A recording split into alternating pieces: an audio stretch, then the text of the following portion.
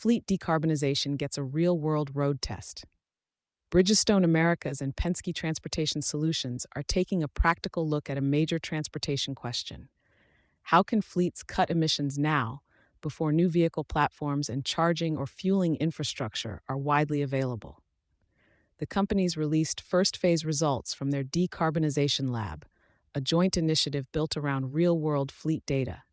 The first round covered more than 500,000 fleet miles and examined three areas with near-term potential: tire and retread performance, renewable diesel, and logistics optimization.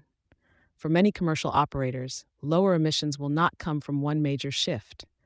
It is more likely to come from a mix of smaller operational changes that can be measured, repeated, and scaled across routes, vehicles, and supply chains. That is the focus of the Bridgestone Penske project.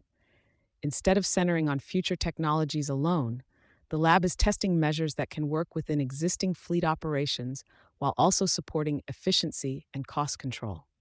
Tires, fuel, and routing show near-term potential. One of the strongest early findings came from tire management. Using low rolling resistance retreads, Bridgestone tire casings, and IntelliTire pressure monitoring on Penske trucks produced a 6.35% improvement in miles per gallon. For fleet managers, that matters because tire programs are already part of day-to-day operations.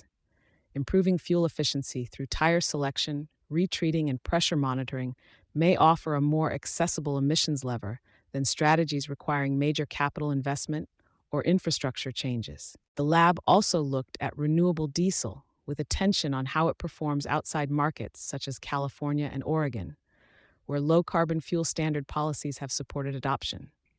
In Tennessee, Bridgestone and Penske used the pilot to evaluate how renewable diesel works in active fleet conditions, including possible impacts on maintenance and efficiency over time.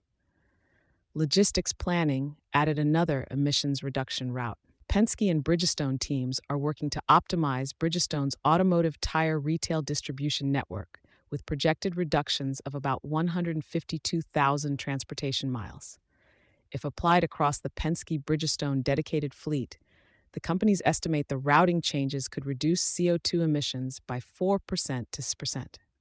The first phase points to a clear takeaway for commercial transportation. Meaningful emissions cuts may come from combining practical actions rather than waiting for one large breakthrough. Bridgestone and Penske plan to continue the work in a second phase of the lab in 2026.